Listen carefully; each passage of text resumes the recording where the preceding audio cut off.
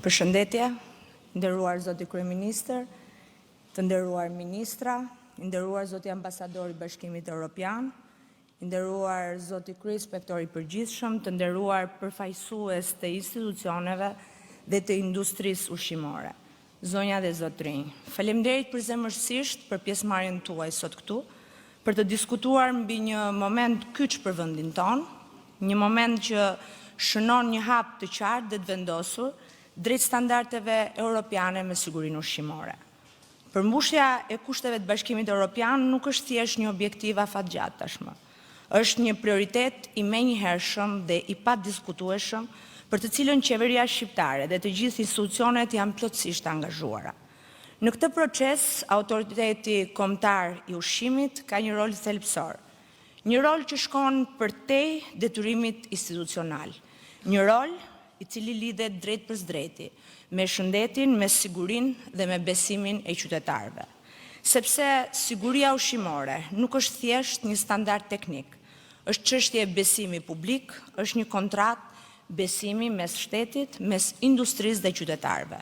Dhe pikërisht për këtë arsye, procesi që kemi nisur sot nuk synon në vetvete të mbyll biznese, por synon të rrisë standarde, të forcoj tregun, të ndërtoj një sistem të drejtë dhe të besueshëm për të gjithë. Në këtë kuadër kemi çelur zyrtarisht procesin e vlerësimit dhe kategorizimit të stabilimenteve në 4 sektor, në sektorët e mishit dhe nën produkteve të tij, në sektorët e qumshit dhe nën produkteve, të vezës dhe të peshkut, si edhe të ushqimit për kafshë.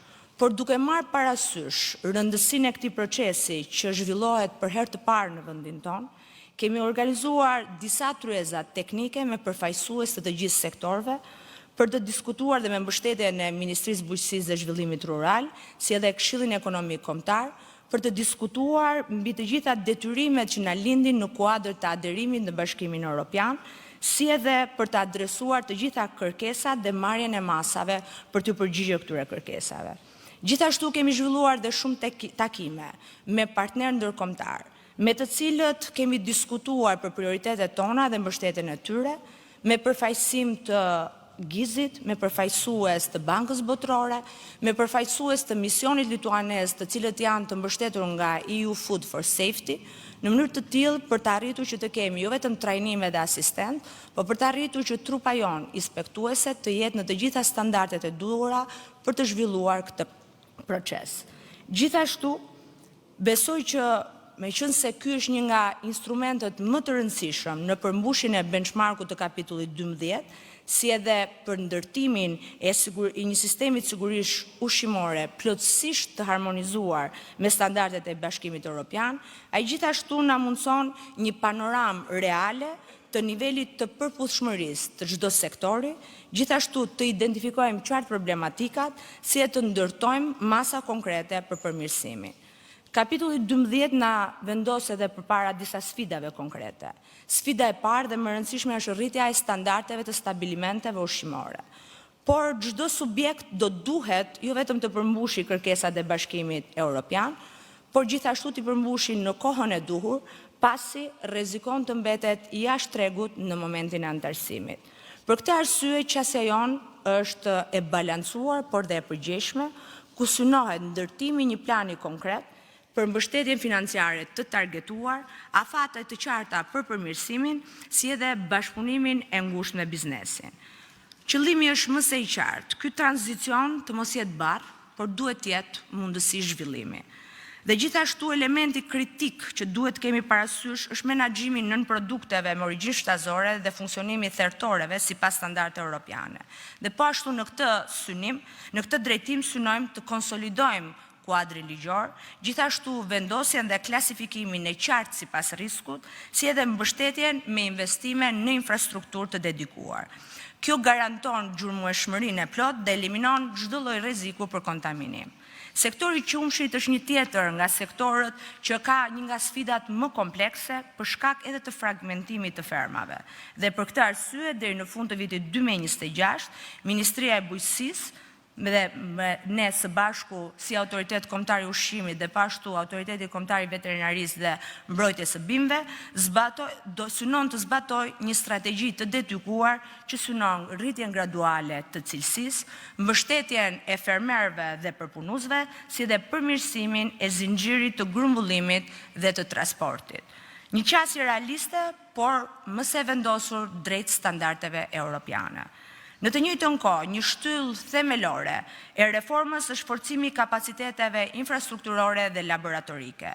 Përmes projektit KRAD, një projekt i cili është nëpërmjet Ministrisë së Bujqësisë dhe Zhvillimit Rural dhe Autoritetit Kombëtar të Ushqimit, synohet ngritja nga fillimi i 4 laboratorëve dhe pajisja me mjete laboratorike bashkohore të 3 të tjerëve dhe së pashtu po investohet në rritjen dhe përmirësimin e infrastrukturës në të gjitha pikat e inspektimit kufitar.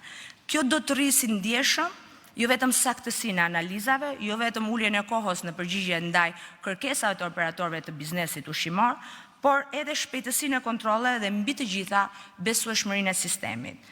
Thelbi i kësaj reforme është i qartë, ndërtimi i një sistemi transparent, të matshëm dhe të drejtë. Dhe kategorizimi në fakt nuk është vetëm thjesht një formalitet, është një instrument konkret i cili përcakton nivelin real të përputhshmërisë, identifikon mospërputhjet dhe orienton investimet dhe mbi të gjitha afatet për përmirësim. Procesi zhvillohet me një njoftim paraprak, në mënyrë të posaçme për të reflektuar realitetin e përditshëm të funksionimit të stabilimenteve dhe të sistemeve të vetkontrollit, duke përfshirë edhe planin hasap. Në këtë pikë dua të jem shumë e qartë. Siguria ushqimore është një standard i panegocueshëm.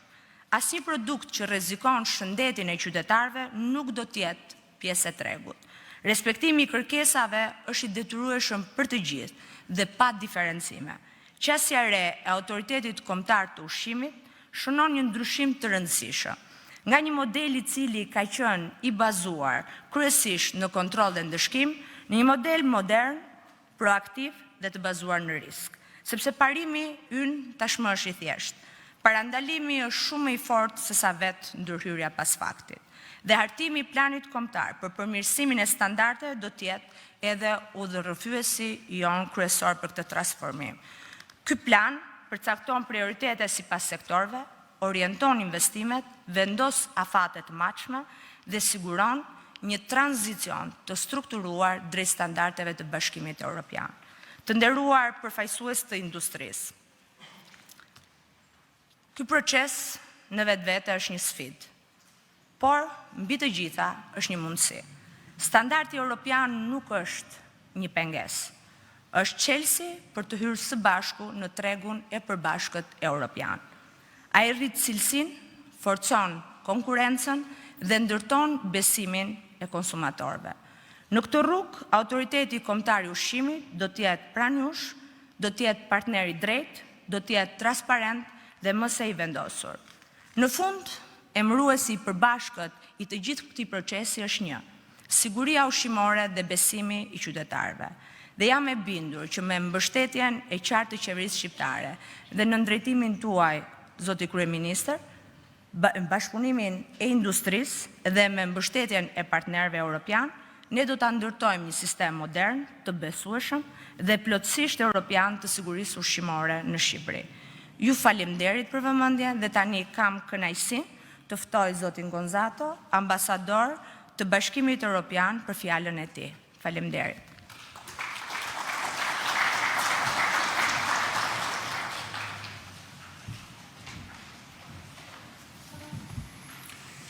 Thank you very much, Blerina. And ladies and gentlemen, ministers, it's really a pleasure for me to be here today. When the Prime Minister invited me to address this congregation, I accepted gladly because I think it's extremely important, the discussion you're having today. Because food safety is an area that sits at the very core of public health, consumer trust, and most importantly, and that's why I'm here, Albania's integration into the European single market. Food safety. Siguria ushqimore, siç e tha Blerina, nuk është vetëm një kërkesë teknike. Ajo është një mirë publike themelore dhe të gjithë qytetarëve u takon. Siguria ushqimore mbron qytetarët, ndërton besimin e konsumatorëve dhe siguron që bizneset të mund të konkurojnë në mënyrë të drejtë dhe me sukses dhe sigurisht edhe objektivi që duhet kenë të gjithë edhe për ta vendosur pra atë në tregun evropian. Dhe në kontekstin e antarësimit në Bashkimin Evropian, ajo përfaqëson gjithashtu edhe një nga fushat më komplekse dhe transformuese të reformës. Tashmë Shqipëria ka hyrë në këtë fazë vendimtare të negociatave. Dhe kështu ecuria nuk matet më vetëm me qëllimet që ka Shqipëria apo me miratimin e legjislacionit, por matet me anën e sistemeve që funksionojnë, pra sisteme të cilat janë të harmonizuara me legjislacionin e BE-s dhe vijnë në zbatim siç duhet, por edhe inspektime që janë efektive dhe bazohen në rrezik të qartë, pra në bazë të një vlerësimi rreziku. Bazohet gjithashtu tek laboratorë të akredituar dhe që japin rezultate të besueshme dhe mbi të gjitha bazohet tek fakti që duhet ketë subjekte ushqimore që mund të përmbushin në mënyrë të qëndrueshme standardet e BE-s.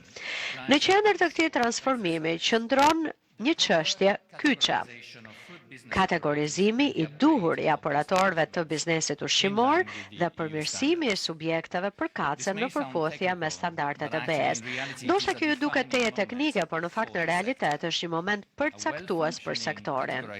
Pasi një sistem kategorizimi që funksionon mirë, u bën të mundur autoriteteve që së pari të dallojnë ndërmjet atyre subjekteve që tashmë i përmbushin standardet e BE-s, atyre që mund të arrijnë pajtueshmërinë me këto standarde brenda një afati të arsyeshëm kohor dhe atyre që kërkojnë përshtatje më të rëndësishme apo themelore dhe në bazë të kësaj pune, autoritetet mund të përdorin burimet e kufizuara, sepse në fund të fundit burimet gjithmonë janë të kufizuara, dhe t'i bazojnë ato në kontrolle që në bazë kanë rrezikun.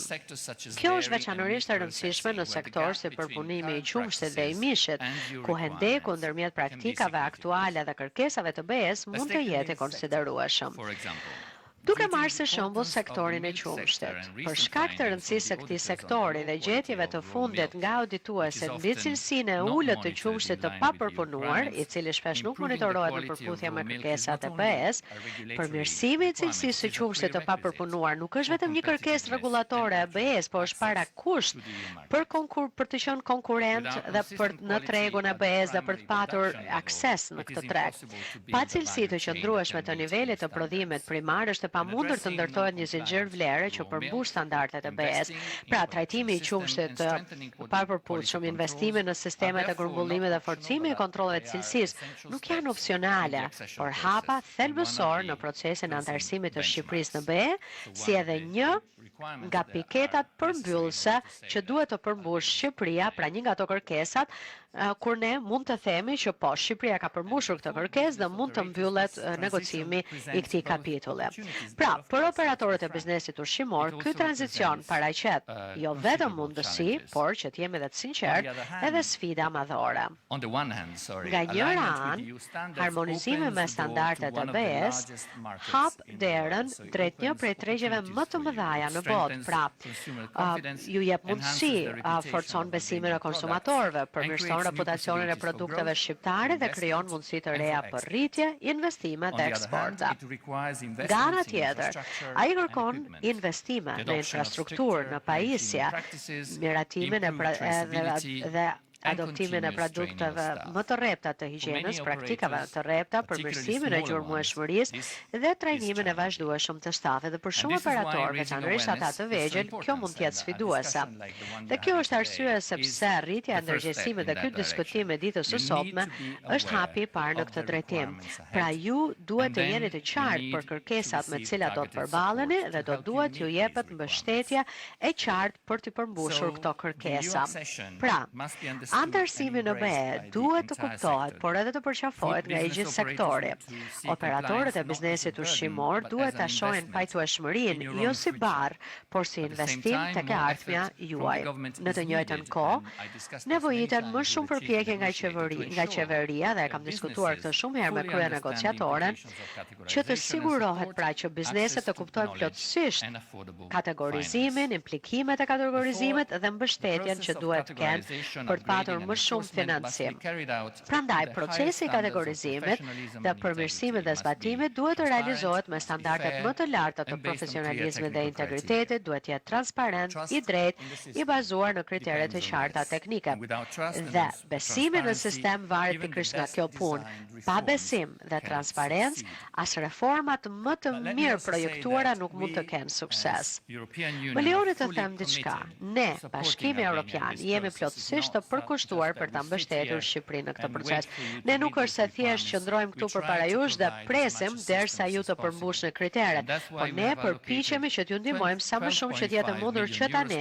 Dhe për këtë arsye i kemi dhënë Shqipërisë 12.5 milionë euro me anën e projektit BE-ja për sigurinë ushqimore, që siç e tha Blerina, vihet në zbatim nga një konsorcium i udhëhequr nga Gizi dhe përfshin Ministrinë Gjermane të mbrojtjes së konsumatorëve dhe sigurisë ushqimore, si edhe shërbimin ushqimor dhe veterinar të Lituanisë. Të dyja këto palë, Gjermania dhe Lituania, ofrojnë ekspertizën e tyre praktike për të sjellë modele të provuara në BE në zbatim këtu në Shqipëri. Pra është thelbësore që ju ta shfrytëzoni këtë mbështetje që po ju jepet nga BE-ja dhe jam i sigurt që autoriteti kombëtar i ushqimit po bën pikërisht këtë gjë. Pra kjo mbështetje e jona pasqyron partneritetin ton më të thellë. Integrimi në BE ne nuk e shikojmë si një proces të njëanshëm, por si një përpjekje të përbashkët. Ecuria e Shqipërisë varet nga bashkëpunimi, dialogu dhe një angazhim i përbashkët për të arritur rezultate konkrete. Pra zonja dhe zotrinj, Shqipëria tashmë ka bërë një përparim shumë të rëndësishëm. Drejtimi është i qartë, por hapat e ardhshëm do të jenë vendimtar. 6 kushtet përmbyllëse për kapitullin 12 me sigurinë ushqimore janë përcaktuar, janë të qarta, dhe përmbushja e tyre do të kërkojë angazhim të vazhdueshëm politik, leadership të fortë institucional dhe përfshirje aktive nga sektori privat. Ne, Bashkimi Evropian, do të vazhdojmë të mbetemi partneri juaj i përkushtuar në këtë rrugtim tuaj në kaq të rëndësishëm. Faleminderit të gjithëve. Thank you, dear Silvio, for your Dashur Silvio, për mbështetjen e vazhdueshme session path, but in particular rrugtimin tonë të with integrimit this project EU Food for Safety. me këtë projekt BE-ja për sigurinë ushqimore, sepse është thelbësore për ne. Përvoja dhe ekspertiza nga misioni lituanez jo vetëm kaq janë vërtet shumë të rëndësishme për ne. Dua të falenderoj gjithashtu dhe për vizionin tuaj të qartë për këtë proces të mbushur për plot me sfida. Faleminderit shumë. Tani e ka fjalën zonja Duka, fjala juaj.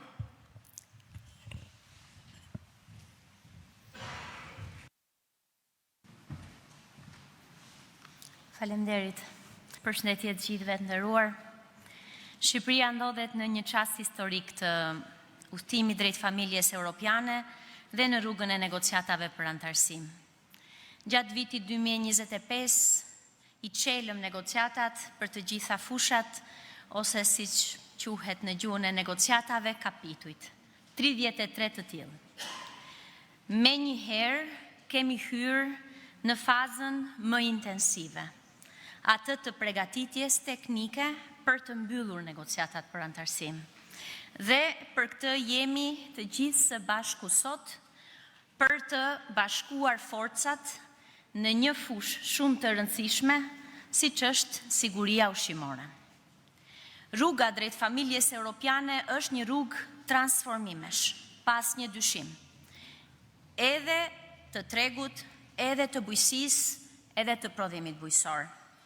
Standardet europiane të sigurisë ushqimore janë një arsye e fortë, e rëndësishme, por dhe me shumë vlerë për këtë transformim të stabilimenteve të produktit shqiptar, për prodhuesit dhe eksportuesit, por mbi të gjitha për konsumatorin shqiptar si atë europian. Shqipëria duhet t'i arrijë të gjitha standardet e sigurisë ushqimore të Bashkimit Evropian. teksa bëhet pjesë e tregut të përbashkët të Bashkimit Evropian. Duhet i arrijë të gjitha standardet e sigurisë ushqimore, teksa hyn në Bashkimin Evropian dhe pas. Po Shqipëria ka mundësi ta përdorë këtë proces si një instrument modernizimi, duke ndërtuar stabilimente bujqësore dhe blegtorale, sidomos më produktive dhe institucione të cilësisë dhe të zbatimit më të forta, më pro-europiane. Sigurisht që standardet e sigurisë ushqimore do të zbatohen jo vetëm për eksportet, por edhe për produktet në tregun e brendshëm. Pra në ndryshim deri më sot, ku kemi standarde të caktuara të sigurisë ushqimore për produktet në tregun shqiptar dhe disa të tjera për ato që eksportohen, të bërurit vend antar në Bashkimin Evropian do të thotë se të njëjtat standarde do të zbatohen në sigurinë ushqimore si për produktet që konsumojnë konsumatorët shqiptar, ashtu edhe për ato që eksportohen drejt Bashkimit Evropian. Sepse rregulloret që përcaktojnë standardet e higjienës për produktet me origjinë shtazore, sidomos, siç u përmend, mishi, peshku, veza, qumshti dhe nënproduktet, duhet të përmbushen nga prodhuesit shqiptar plotësisht, deri në antarësim dhe mbas antarësimit. Kemi një kërkesë specifike nga Bashkimi Evropian në negociatat për antarësim. Ky është hartimi një programi kombëtar për përmirësimin e stabilimenteve bujqësore. Dhe duke qenë se Shqipëria po punon për të përgatitur teknikisht, për të mbyllur negociatat edhe në fushën e sigurisë ushqimore, puna për programin kombëtar për stabilimentet ka nisur bashkë me kolegët e mi, 2 negociatorët, zëvendës ministrat në Ministrinë e Bujqësisë, cilët i falenderoj publikisht. Faza e parë e hartimit i programi është skanimi, siç u tha këtu, i të gjitha stabilimenteve bujqësore. Sidomos, më lejoni ta përsëris edhe një herë, ato të mishit, peshkut, vezëve, qumshtit dhe në produkteve. Sidomos për standardet e higjienës në prodhim, ruajtje, transport, grumbullim, përpunim, tregtim brenda dhe jashtë vendit. Dhe procesi i kategorizimit dhe i skanimit ka nisur nga 14 prilli në drejtimin e Ministrisë Bujqësisë dhe Zhvillimit Rural dhe po kryhet nga Autoriteti Kombëtar i Ushqimit në të gjitha qarqet për mbi 900 stabilimente, kështu që të dashur prodhues shqiptar, Autoriteti Kombëtar i Ushqimit do të trokas pranë jush për të parë stabilimentet nëse i plotësojnë këto standarde. Qëllimi është pozitiv, ai hartimit të programit të përmirësimit të stabilimenteve, teksa i përgatisim bizneset shqiptare për të bërë pjesë e tregut të përbashkët të Bashkimit Evropian. Kjo radiografi, nëse mund ta quaj kështu, do të na sjellë një tablo të qartë me qëllim që të kemi mundësi të punojmë me ju duke ju mbështetur hap pas hapi në programin e përmirësimit, me ato stabilimente që mund të përmirësohen, me ato që duhet të transformohen, sepse nuk është efektive që të përmirësohen. Sigurisht që këto përmirësime që duhen kryer si në infrastrukturë, në teknologji, në mjete, në pika grumbullimi, në transport, në të gjitha dimensionet, do të jenë graduale. Pra do t'i bëjmë avash, duke u nisur nga tani deri në 2030 dhe pas.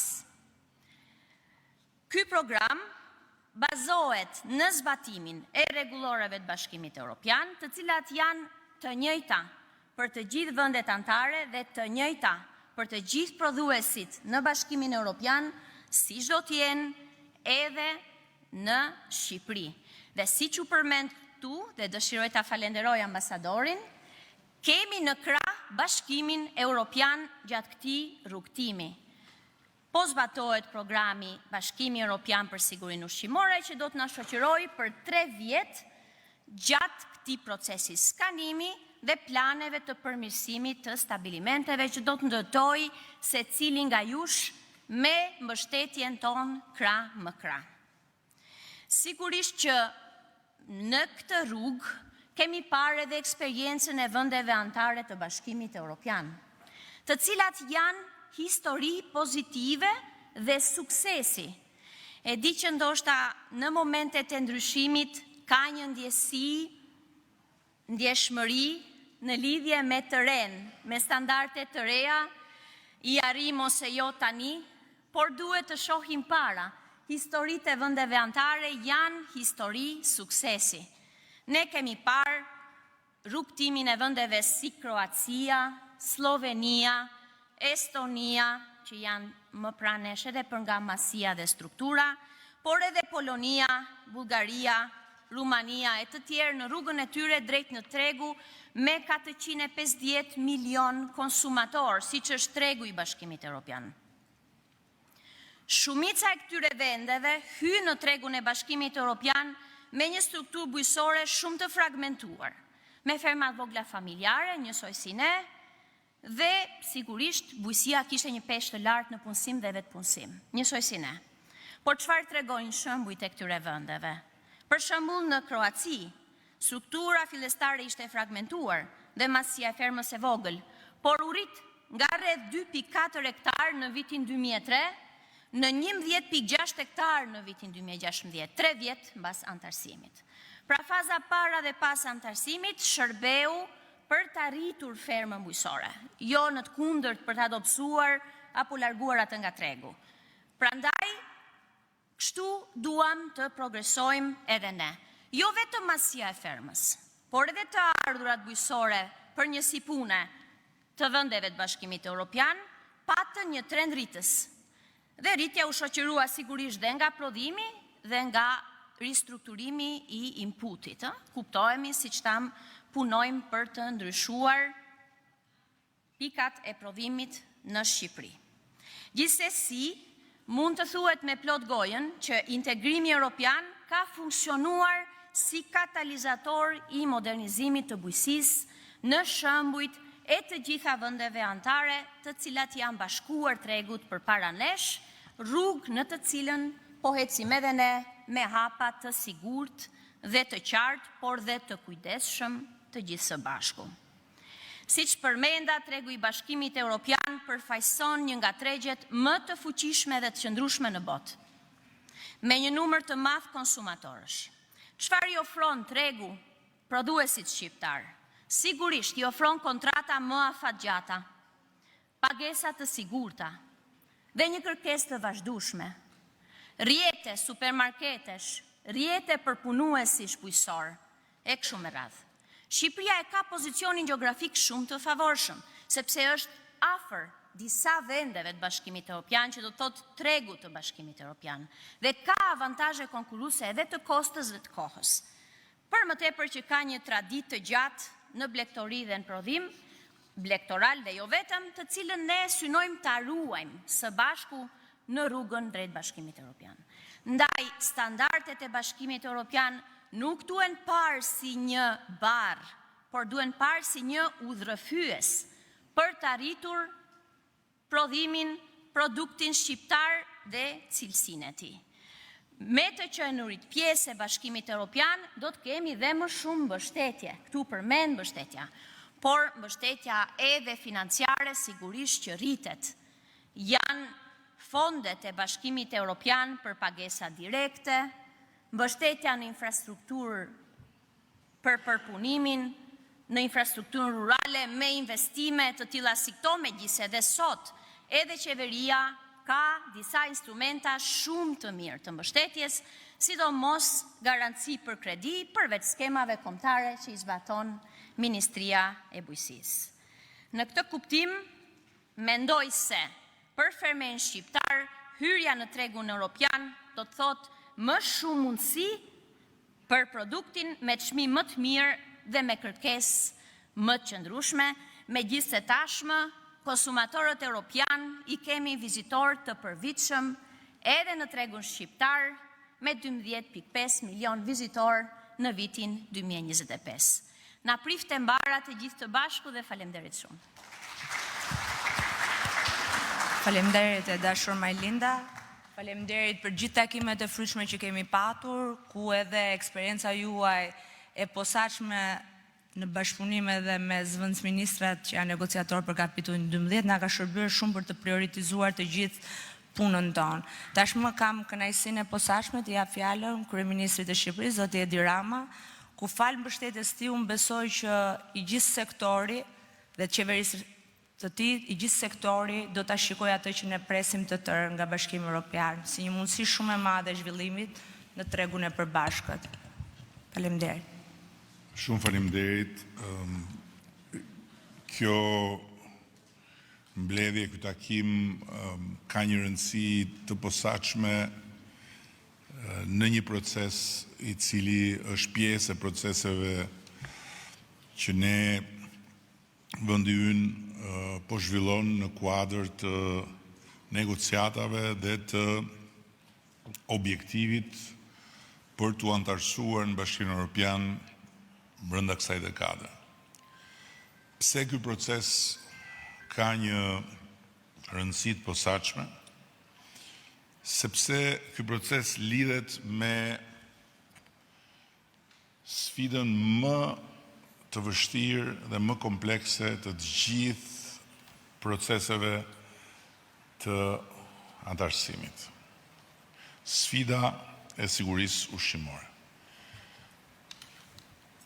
Përpara sa të them disa gjëra lidhur me këtë, dua ta përsëris sepse ma ha mendja që në këtë aspekt del më në pah se sa në aspekte tjera rëndësia madhore që ka për ne, që ka për vendin tonë, që ka për shoqërinë tonë, që ka për të ardhmen e fëmijëve tanë procesi i antarësimit në Bashkimin Evropian, të cilin shumë kush e ngatron ose e keq kupton si një proces që lidhet me detyra të cilat ne duhet i plotësojmë për hir të tjerëve. Me detyra të cilat ne duhet i plotësojmë sepse na i kërkon Brukseli, na i kërkon Berlini, na i kërkon Parisi, Roma e kështu me radhë. Në fakt, ky proces lidhet me një bagazh të pazëvendësueshëm dije që ne duhet ta importojmë nga Bashkimi Evropian në Shqipëri për të ndërtuar shtetin evropian të shqiptarëve. Një bagazh dije që ne duhet ta importojmë në çdo drejtim për të garantuar standarde, të cilat janë standardet e Bashkimit Evropian, por të cilat këtu në vendin tonë janë në funksion të shëndetit, të zhvillimit, të interesit të çdo familje shqiptare. Dhe tek siguria ushqimore kjo është shumë konkrete. Dhe unë e them me plot gojën që pa Bashkimin Evropian, pa gjithë këtë bagazh dije që vjen në këtë proces, përmes gjithë atyre hapave që janë të parashikuar në rrugën e negociatave, përmes gjithë atyre masave që i sugjerohen Shqipërisë që ti marrë përsipër, përmes atyre reformave që i kërkohen Shqipërisë për t'u antarësuar në familjen evropiane, ne do ta kishim përndryshe të pamundur të arrinim ato standarde sigurie, ato standarde dhe garanci për zhvillim dhe prosperitet të vendit tonë. Sepse kur flasim për sigurinë ushqimore, flasim për diçka që nuk kemi se si ta negociojmë, nuk kemi se si ta relativizojmë dhe jo vetëm kaq, por nuk kemi se si ta realizojmë nëse nuk zotrojmë dijet për të ngritur të gjithë atë ngrehin institucionale, politikbërje, zbatimit politikave dhe inspektimi që përndryshe në munges na krijon probleme të mëdha që reflektohen në fund fare tek shëndeti dhe mirëqenia e njerëzve tanë. Prandaj standardet europiane, të cilat janë sfida për të fituar, të cilat janë majat vështira për të arritur, në fund të ditës nuk janë zinxhir në këmbët tona, por janë krah që na lehtësojnë ngjitjen më lart. Dhe prandaj duhet pasur parasysh që kur flasim për ecje drejt Europës, flasim për Shqipërinë që bëhet Europë. Nuk flasim për një udhtim jashtë vendit, po flasim për një ripërtritje tërësore të vendit dhe për përmbushjen e një procesi historik shtetbërje mbi standardet europiane. Ne kemi natyrisht detyrimin të harmonizojmë kuadrin ligjor të Shqipërisë me kuadrin ligjor të Bashkimit Evropian në të gjitha drejtimet dhe patjetër edhe në këtë drejtim. Por për te harmonizimit të kuadrit ligjor, ne na duhet modernizimi i sistemit veterinar, na duhet modernizimi i rrjetit të laboratorëve, të cilat as nuk mund të konsiderohen në fakt detyra, por janë zgjedhje të pa tjetërsueshme dhe të pa shmangshme për të nesërmen tonë. Dhe në fund, ligji i shkruar sado mirë nuk bën punën. Punën e bën njerëzit që e zbatojnë ligjin. E bën njerëzit që duhet luftojnë informalitetin në zinxhirin ushqimor. Një problem serios ky me cilin përballemi sot dhe gjithë ditën, i cili nuk është thjesht një çështje ekonomike ose cilësie ushqimore në vetvete, por është pjesë e luftës për shtetin e drejtës, për të drejtat e konsumatorit dhe për të drejtat e çdo fermeri apo sipërmarrësi në një treg ku duhet siguruar konkurenca e ndershme dhe duhet të triumfojë gjithnjë merita e atij që është më i Zoti. Prandaj ne i kemi kushtuar një vëmendje të veçantë në këtë fazë procesit të jetësimit të ligjit të ri për inspektoriatet. Dhe dua ta përshëndes kryeинspektorin e përgjithshëm për angazhimin e tij të posaçëm, dua ta përshëndes këtu edhe Blerinën, e cila e ka nisur me themel punën për ta ngritur Agjencinë Kombëtare të Ushqimit në nivelin e kësaj sfide madhore. Dhe dua t'i përshëndes të gjithë ata të tjerë që janë të përfshirë në të proces në piramidën e inspektoriatëve,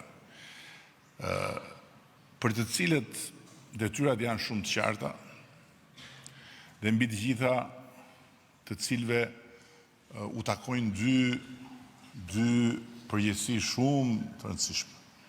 Nga njëra anë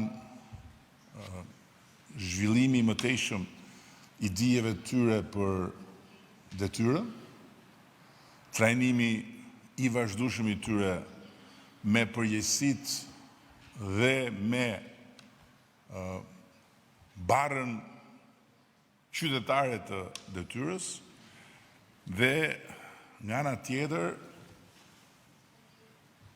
ndërtimi i një kulture dhe i një praktike kontrolesh zyrtare në bazë risku të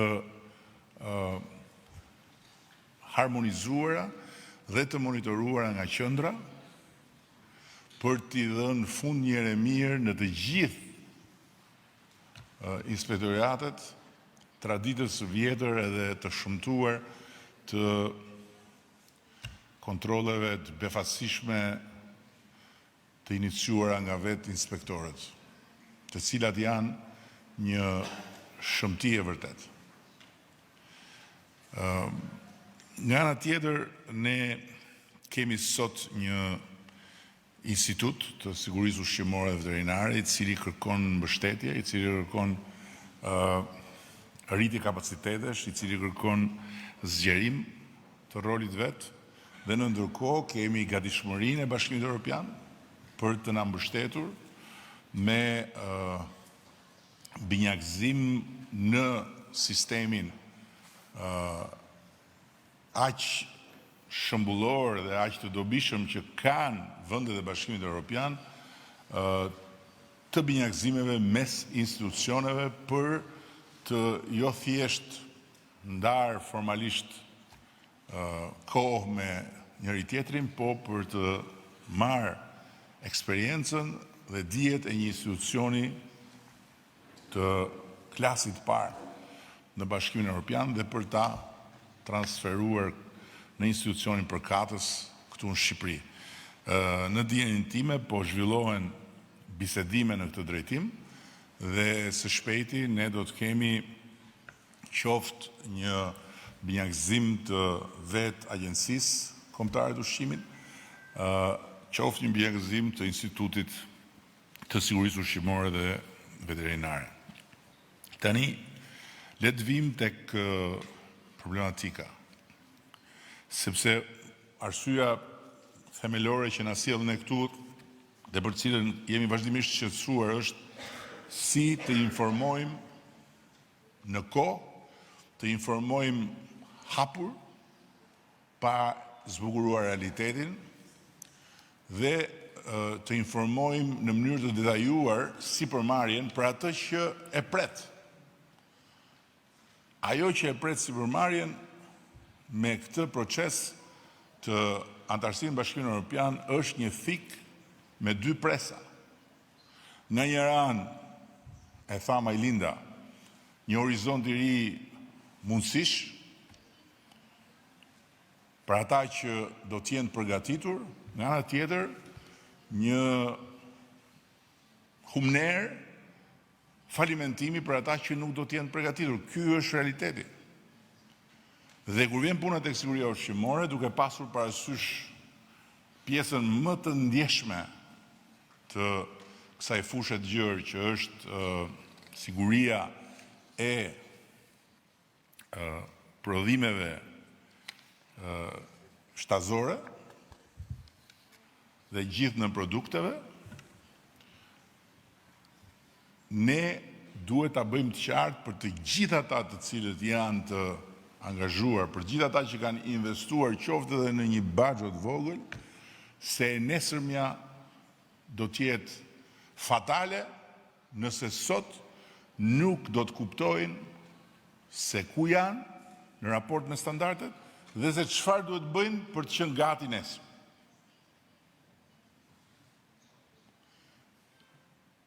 Lexoj dhe dëgjoj që procesi negociatave nuk qënë nga proces negociatave, por qënë nga një proces ku ne marrim urdhra dhe zbatojmë urdhrat dhe asgjë tjetër. Këto i thonë njerëz që nuk kanë idenë se çfarë është procesi negociatave, ndërkohë që procesi negociatave është vërtet një proces negociatash për gjëra të cilat ne na duhet pak më shumë kohë. Dhe një nga gjërat për cilat ne na duhet pak më shumë kohë është pikërisht ajo që lidhet me këtë fushë, me fushën e sigurisë ushqimore. Dhe për këtë arsye, ne dhe Komisioni Evropian negociojmë për një shtyrje përtej momentit të antarësimit të afateve kur standardet këto duhet të jenë 100% ashtu siç i thot legjislacioni evropian, për 100% të gjitha atyre që janë përfshirë në sektorin e bujqësisë. Por ama edhe duke marrë në konsiderat faktin që ne mund t'ja dalim të negociojmë një 5 vjet plus, që do të donte të thoshte nga sot në 2035, në rast se në 2030 do të jemi antar, kjo është një kohë shumë e shkurtër për t'u përgatitur. Bashkimi Evropian, siç e dini, ka sjell përmes komisionit një përfaqësi ekspertësh që kanë parë pikat e prodhimit, të grumbullimit, të aktiviteteve që lidhen me produktet shtazore dhe nënproduktet e tyre. Dhe kanë lënë një sër detyrash. Kanë lënë një sër detyrash për cilat ne, përmes inspektoriatit, do duhet të ndërveprojmë me 900 subjekte që janë në territorin e Shqipërisë dhe që kanë rrezikun shumë të qartë, po që të gjitha, jo 1-2, që të gjitha sot në kushtet që janë, natyrisht që mes tyre ka disa që me pak gjëra mund t'i plotësojnë standardet dhe një shumicë tjetër që do duhet bëjmë më shumë. Rreziku i mbylljes dhe ose përjashtimit nga tregu i stabilimenteve ushqimore që në ditën e antarësimit. Kështu që kjo kërkon radh parë vetëdijsim, në radh dytë kërkon informim për të kuptuar eksaktësisht që unë kam këtë pik, bëj këtë aktivitet. Çfarë duhet bëj unë që ky investim të mos ma marri lumi dhe si do më ndihmoni ju, qeveria shqiptare, strukturat e shtetit, që unë t'ja dal në këtë proces. Tjetra është çështja e thertorave. Ne kemi bërë një stabilizim krahasuar me kohën kur kemi marrë këtë detyrë dhe kur besoj e mbajnë mend gjithë ata që kanë kaluar nga kthesa e Kamzës, ku gjëja e gjallë therej në trotuar dhe gjaku rrithe në rrugë, e sjell këtë si një nga shëmbulltyrat e asaj kohe, dhe kemi kaluar në një nivel tjetër. Por ajo që është shumë e qartë nga pasqyra e problematikave dhe detyrave të lëna është që niveli ku ne jemi është shumë më i mirë se ai që ishim për Shqipërinë, por është larg nivelit për të marrë certifikatën që po ti mund vazhdosh thjesht territore dhe mund të shërbesh tregut evropian. Sepse nga momenti që ne hym në Bashkimin Evropian, ne nuk jemi më 28.000 km2. 28.000 km2 jemi për një sër gjërash, por për shumë gjëra tjera ne jemi aq 1000 km2 sa që është gjithë Bashkimi Evropian. Dhe çdo gjë që prodhohet në Shqipëri, çdo gjë që del në dyqan në Shqipëri, konsiderohet që del në dyqan në Bashkimin Evropian. Nuk është më çështja që s'të lën ta çosh në Itali. Çështja është s'të lën ta shesësh në Shqipëri, sepse je pjesë e Bashkimit Evropian. Dhe duhet kesh standardet e sigurisë ushqimore që i garantohen qytetarëve të Bashkimit Evropian, siç do të jenë qytetarët shqiptarë në momentin e antarësimit. Dhe për thertoret, problemi më i tmerrshëm, të cilin e kanë të gjitha thertoret, është ndarja e mbetjeve që nuk janë për konsum nga gjithë procesi. Dhe garantimi i ndarjes sipas standardit Bashkimit Evropian dhe patjetër procesi i trajtimit të atyre mbetjeve sipas standardit Bashkimit Evropian për të shmangur çdo rrezik kontaminimi dhe çdo rrezik ndikimi të mbetjeve mbi sigurinë mjedisore, ushqimore e kështu me radhë. Asnjë thertore sot, edhe ato që janë shumë të mira në mënyrën se si funksionojnë së brendshmi, nuk e kanë këtë proces. Duhet bërë. Nuk është shkencë e madhe, por duhet bërë. Nëse nuk ekziston, thertoria nuk mbijeton në tregun evropian. Natyrisht që këtu ne kemi procesin e përbashkët me Komisionin, ku jemi duke punuar për ligjin dhe do duhet të miratojmë ligjin për në produktet shtazore që nuk janë për konsum. Do duhet të klasifikojmë mbetjet dhe trajtimin e tyre sipas riskut. Do duhet patjetër të mbështesim sektorit me investime specifike dhe patjetër të garantojmë gjurmëshmërinë, gjë që sot me teknologjinë e re është plotësisht e mundur, nga momenti kur mbetjet gjenerohen në thertore deri në asgjësim. Tjetra, sektori i qumshit. Sektori i qumshit është një tjetër sektor që nëse do të ishim sot antarët Bashkimit Evropian, nuk do t'i mbijetonte dot kërkesës së standardeve. Sepse është gjithë zinxhiri që duhet garantuar. Nuk është thjesht një pjesë, një hallkë e zinxhirit që mund të jetë brenda fabrika. Unë kam parë disa që janë me makineri të fjalës fundit, që janë të certifikuara në disa aspekte, por zinxhiri është i mangët. Ne duhet plotësojmë të gjithë zinxhirin. Dhe këtu përsëri vim tek nevoja për standarde. Dhe natyrisht, thënë të gjitha këto, unë nuk i trëmbem kohës që kemi dispozicion, është e mjaftueshme. Unë nuk i trëmbem aftësive të gjithë atyre që kanë investuar në këto 900 pika. Unë i trëmbem vetëm neglizhencës alla shqiptarëshe që hajtë se ka kohë. Ama se ka kohë, se s'ka problem. I trëmbem asaj idees që hajtë se do t'a gjejmë në fund, do ja gjejmë rrugën dhe Bashkimin Evropian se si t'ja rrëshqasim topin në përshal.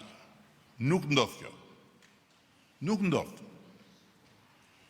Dhe prandaj duhet filluar që sot me një plan gradual, patjetër, dhe me dije të plot për çfarë duhet bërë hap pas hapi. Natyrisht që vjen pjesa e shtetit se nuk është një ushtrim i ndarë, nuk është diçka që duhet ta bëni ju dhe gjithë ata që janë në këtë fushë dhe ne thjesht do çojmë kontrolle. Kontrollet janë të vlefshme për të ndihmuar ju. Dhe për këtë arsye kemi bërë dhe një strategji të këtyre kontrolleve që nuk do të jenë kontrolle ndëshkimore, nuk do jenë misione ndëshkimi, por do të jenë një mision kombëtar për një nga hallkat e ekonomisë sonë që të gjithë njerëzit që janë në këtë hallkë të dobët të marrin fillimisht informacion të plot se ku ndodhen. Dhe natyrisht kontrollet do të lënë porosi për të zbatuar. Dhe pastaj do të rikthehen për të parë zbatimin. Pra, do të jetë një punë e përbashkët, ndërkohë që nga ana jonë ne jo vetëm duhet të krijojmë sistemin e qëndrueshëm të kontrollit, pra që kontrollet të jenë mbrojtëse të interesit publik, por edhe mbështetëse të çdo sipërmarrje që nuk është duke shkelur ligjin, por në të njëjtën kohë ka nevojë të rrisë standardet. Dhe pa tjetër, kapacitetet tona laboratorike do duhet të forcohen në shërbimin e sipërmarrjes për të gjendur më pranë dhe për të qenë më të mirë organizuar në territor që mos presësh me ditë tëra për të bërë një analizë dhe pikat e kontrollit kufitar janë një tjetër pikë e dobët. Ju e dini më mirë se unë, po dhe unë e di që janë një pikë e dobët të cilën do të adresojmë për të lehtësuar, por njëkohësisht dhe për të zhdërvjelësuar shtetin në kryerjen e detyrës pa u bërë pengesë dhe pa u bërë mur atje në për kufit e vendit. Kemi një plan konkret, investimesh, akreditimit laboratorëve, përmirësimit pikave të kontrollit kufitar dhe infrastrukturë digjitale për të plotësuar nevojat e sistemit dhe për të lehtësuar ndërveprimin me ju. Në mbyllje, dua ta përsëris, kjo nuk është një sfidë e cila vjen si rufe në qell të pastër apo një direktiv e cila vjen nga Moska për Shqipërinë komuniste, me imponim, si ka ardhur dikur. Kjo është një sfidë që vjen nga nevoja e brendshme e popullit shqiptar për të bërë më në fund pjesë me të drejta të barabarta e familjes së popujve të Europës. Dhe kjo është një sfidë e cila përthyet në të gjitha fushat e jetës dhe në çdo fushë të jetës, që nga drejtësia tek siguria ushqimore, duke kaluar për të mos i marrë me radhë se janë shumë sektor më sektor, përthyerja e kësaj direktive është në radh parë në interesin e qytetarit, në interesin e njeriut. Jo në interesin e një strukture, jo në interesin e një partije, jo në interesin e një qeverie, jo në interesin e një grupi kompanish, është në interesin e njeriut. Është interesi i njeriut që të ketë siguri ushqimore, është interesi i njeriut që të ketë barazi para ligjit, është interesi i njeriut që të ketë edukim dhe shërbim shëndetësor cilësor, është interesi i njeriut që të jetojë në një mjedis të mbrojtur e të tjera, e të tjera, e të tjera. Pra, nuk po e bëni këtë se e kërkon Brukseli, por se e kërkojnë fëmijët tuaj dhe fëmijët tanë. Dhe e kërkojnë të gjithë ata që nxjerrin parat nga portofoli i familjes për të blerë produktet tuaja. Keni detyrën t'ju shisni produkte të sigurta. Dhe të gjitha këto që kërkohen janë dia, paketa e dijes që vjen nga Bashkimi Evropian për ne dhe për ju, për të bërë të aftë që të tregtojmë në këtë vend produkte ushqimore të sigurta.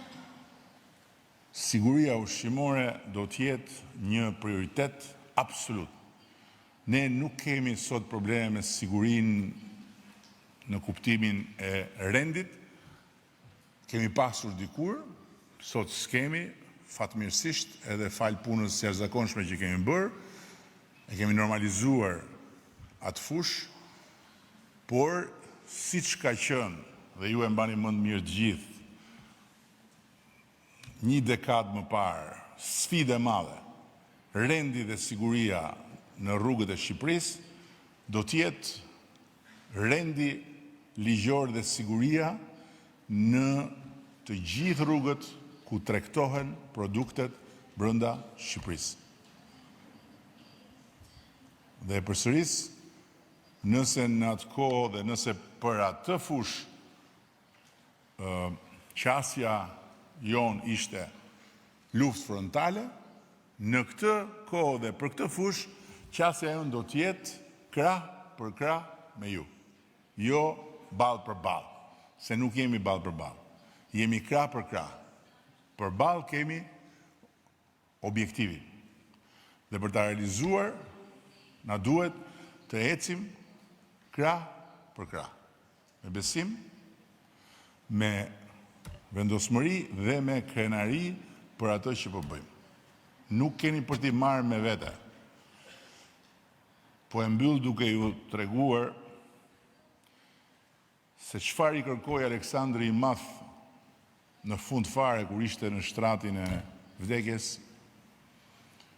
atyre që kishte rrodhur. Do mblidhni, tha, mjekët më të mirë dhe do t'i vini të ecin pas arkivolit tim.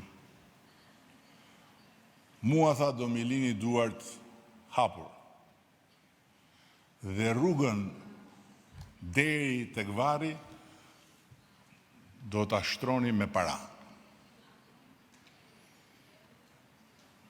Edhe njëri nga ata i thot, po për çfarë duhet i bëjmë këto? Sepse njerëzit, tha, duhet ta shohin që as njeriu më i fuqishëm mbi këtë tokë nuk i ikën dot vdekjes. Dhe doktorët më të mirë kësaj toke nuk kanë çfarë i bëjnë. Njerëzit do ta shohin, tha, që dhe njeriu më i fuqishëm në këtë tokë, kur ikën, s'ka asgjë në duar. Kthehet si erdhi.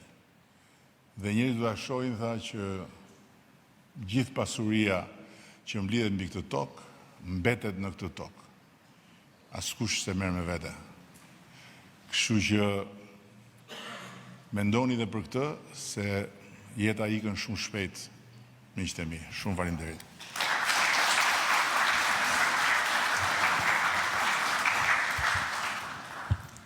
Faleminderit Kryeministër për mesazhin e qartë, por mbi të gjitha për mbështetjen e pakurrësyer që na keni dhënë në këtë sfidë që sikundër dhe ju e përmendët fjalën tuaj, nuk është sfidë vetëm e juaja, nuk është sfidë e qeverisë, nuk është sfidë e ministrave, nuk është sfidë e institucionit, nuk është sfidë vetëm e industrisë, po sikundër e përmendër sfidë e të gjithë ne shqiptarëve. Ju faleminderit shumë të gjithëve për praninë tuaj.